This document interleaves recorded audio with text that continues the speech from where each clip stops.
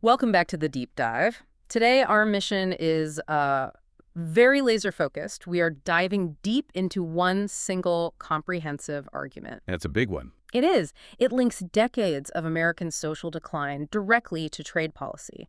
And it proposes a pretty radical solution that's centered on strategic tariffs. The source for this is from excerpts of Andy Bozeman's work, Tariffs, Rebuilding America's Foundation. Right. Why tariffs will forge a stronger future. And you might think, okay, this is just another policy debate, but Bozeman makes it really personal. He really does. He argues that the true cost of agreements like, NAFTA was the near extinction of a very specific and, in his view, crucial economic group. That's really the crux of it. We're unpacking his whole historical and really sociological narrative. Yeah, and his claim isn't just that trade agreements slowly chipped away at jobs. No. He says they triggered a sudden, rapid catastrophe for a group he elevates to almost mythic status, the middle class. Okay, so let's unpack that definition, because it's highly charged language. He doesn't just call them the middle class. No, it's very specific. He calls them the core, the backbone, and I think the most powerful one is the anvil on which the fortunes of every great and wealthy nation are forged.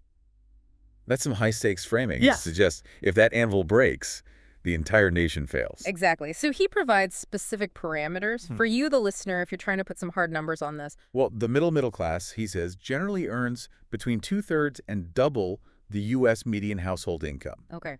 So if we look at current stats, for a household of 3, that's roughly, $52,000 up to about $156,000 a year? That is a massive income bracket. I mean, a huge range. So the job type must be the critical differentiator here. What are we talking about vocationally? We're talking about the economic center of gravity. Yeah. People in semi-professional roles, highly skilled tradespeople, lower-level management, specialized admin positions. Okay, so the core. The core.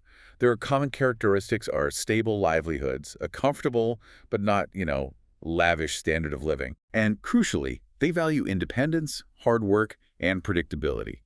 Before the mid-90s, they were often defined by home ownership, usually with a mortgage they could reliably pay off. And Bozeman's whole point is that this group, this bedrock of stability, was at its historic pinnacle right before NAFTA took effect in 1994. Yes. They were financially healthy, rooted in stable jobs in factories, steel forges, mills, places where your wage increases were actually linked to national prosperity. The system, in his view, was fundamentally sound. So a very clear picture, financial health from secure, high-paying, and often single-earner jobs. Yes, and then the narrative pivot is just jarring. He shifts from this pinnacle to a period of what he basically calls economic warfare against this group. And this is where the most extreme claim comes in. Bozeman argues that the middle class was decimated, almost to extinction. In less than 7 years. In less than 7 years. He calls it an almost complete backslide of more than 2 centuries of progress. I mean, that is an incredibly aggressive timeline. How does he justify the speed of that collapse? Well, that's the question, isn't it? And he tries to answer it through his own observation, not just statistics. His contention is that this wasn't slow erosion. A sudden shock. It was a sudden shock. He argues the trade agreement fundamentally restructured the incentives for American manufacturing. Yeah. I mean, it was cheaper, instantly, to move operations elsewhere. So he's describing a massive capital flight, a supply chain evaporation that moved way faster than traditional economic cycles. Precisely. His view is that the slow dwindling of jobs, the mill closing down the street, the factory ceasing operations, that was the visible result. The symptom. The symptom. But the cause was instantaneous. Removing tariffs and trade protections made foreign production the most obvious business decision. He calls this the direct result of NAFTA, and the human cost is the evidence he really focuses on. The most visceral evidence he gives is from his own life, from his own background. He's been drawing house plans since 1974, which is like a real-time economic barometer. Tell us about the change he saw in his clients. It's an incredibly effective anecdote. Bozeman recalls that before this decline, his middle clients were constantly investing in their homes. Right. He drew hundreds of plans for major additions. I mean, not just a deck, but significant architectural projects. Like what? Adding a second floor or a 2-story addition across the entire back of the house. Yeah. Things that effectively tripled their original square footage. Wow. So he's using architectural plans as a direct, tangible metric of deep financial stability. and long-term optimism. Exactly. A family doesn't budget for tripling their home unless they believe their income is rock solid for the next, 30 years. And these were single-earner households feeling that secure. That's secure. They're putting down permanent roots. Right. And then the jobs evaporated. Bozeman notes the commissions for those big additions, they just stopped. The financial rug was just pulled out from under them. And the consequence of that was this massive social shift. According to Bozeman, yes. Single-earner households suddenly required two incomes, and that took parents away from what he calls the critical discipline of personally raising the children. And it gets worse. It does. He notes that as the crisis deepened, the children themselves were forced to get jobs just to help meet basic household expenses. So this shifts the whole economic discussion from GDP numbers to, family sacrifice. It completely reframes the trade agreement as a moral battle, which he explicitly connects to history, right? He quotes the North American Review from around 1900. Yeah, noting the recurring struggle between the greedy rich against the ordinary folk. So what's fascinating here is that the severity of his diagnosis dictates the severity of his proposed cure. Right. If NAFTA caused this near extinction, then for him, strategic tariffs are the only viable mechanism for survival. So let's get into the prescription then. Bozeman is clear he isn't arguing for, blanket protectionism or isolationism. It's a targeted strategic recalibration. What's the fundamental mission of these tariffs? The mission, as he argues it, is purely to level the playing field. Okay. When a country has, say, no environmental regulations, pays extremely low wages, or unfairly subsidizes industries, they have an artificial advantage over U.S. producers.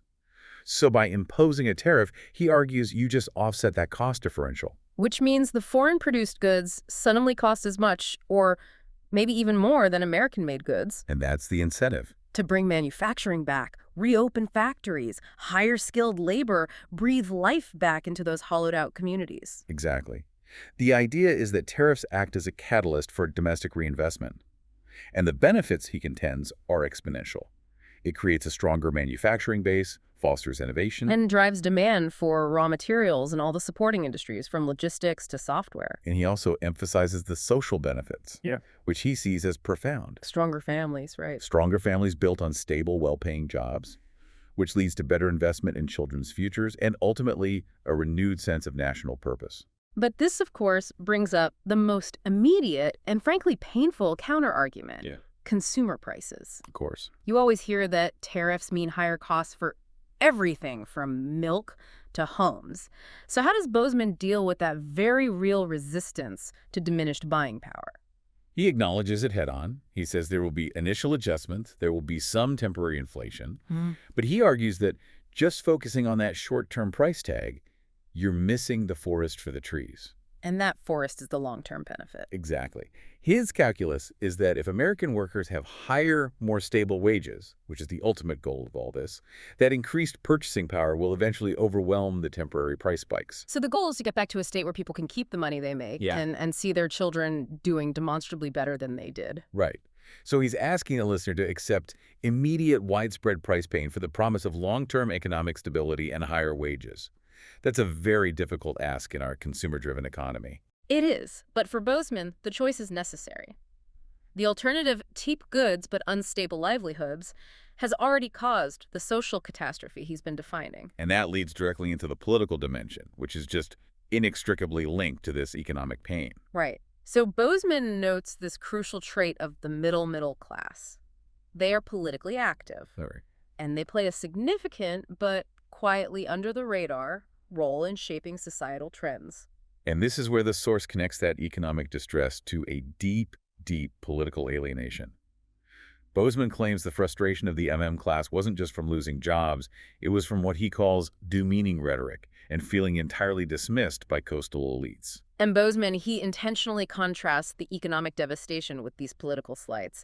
Now, we have to impartially report the specific examples he cites in the source. Yes. The source points to Hillary Clinton calling them deplorables, Joe Biden calling them garbage, and Barack Obama's 2008 remark about voters who cling to guns or religion. Bozeman's narrative strategy is pretty clear here. He portrays this group as a highly intelligent but misunderstood victim. He argues that they possess determination, fortitude, wisdom, that they're street smart and well-read, but were just politically marginalized.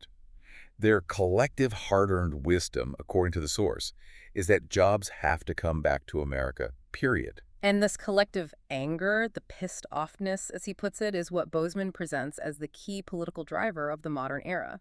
Which leads to his central and I'd say highly provocative political claim. That this group formed the irresistible movement almost wholly responsible for electing Donald Trump in 2024. That is a very specific and powerful claim, so we have to ask, what evidence does he provide to back that up, to show this specific group was almost wholly responsible for the outcome? Well, he doesn't provide specific polling data linking every single tariff-supporting voter back to this income band. His evidence is more based on the anecdotal power of the movement's messaging. He argues that the focus on restoring American manufacturing, on prioritizing domestic jobs, speaks directly and almost exclusively to the economic trauma this group experienced post-NAFTA. Tariffs were the solution they had been waiting for. So it's a narrative that really centers their economic grievances as the single most decisive political factor. Yes, and he uses this conclusion to issue this remarkable win-win-win political call to action all through tariffs. Okay, so how does he frame this as being good for every major political player? For Democrats, he argues that supporting tariffs is the only way to genuinely bring back those long-vanished manufacturing jobs, which is essential to winning back their old voter base in the industrial heartland. And for Republicans. For Republicans, he argues they should support tariffs because historically, affluence, that self-made, raised-by-your-own-bootstraps affluence, tends to lead naturally to a conservative political lean. So he sees tariffs not just as economic policy, but as the political key required to restore national stability and consensus. Exactly. The core conflict he outlines is a stark choice. You either accept the sickly livelihoods and social decay caused by a system that prioritizes cheap goods, which he identifies as NAFTA. Or you embrace the economic stability and domestic reinvestment offered by strategic tariffs. And he closes the argument by giving some context. He notes that the current overall U.S. economy might look massively healthy by traditional metrics, and that capitalism is naturally opportunistic. Right. But as the individual components, the people of this middle class, are not doing well, then the collective health is just an illusion, and it's unsustainable. That brings us back to you, the listener, and Bozeman's ultimate challenge. He makes this call for multi-generational planning. Yeah, he says to save way ahead now, to prepare for the future now, to think about the distant future now, so that generations from now, the benefits of those laborers here and now will be valuable to those people then. It really forces you to consider the trade-off he's proposing. It does. Is that immediate, painful sacrifice of personal buying power, accepting higher prices today, is that a viable or necessary trade-off for the promise of national stability and domestic job security decades down the line? It's a real challenge to traditional economic thinking that prioritizes short-term consumer welfare above everything else. Food for thought indeed. That was a deep dive into Andy Bozeman's argument for strategic tariffs and the forgotten middle class. We'll see you next time.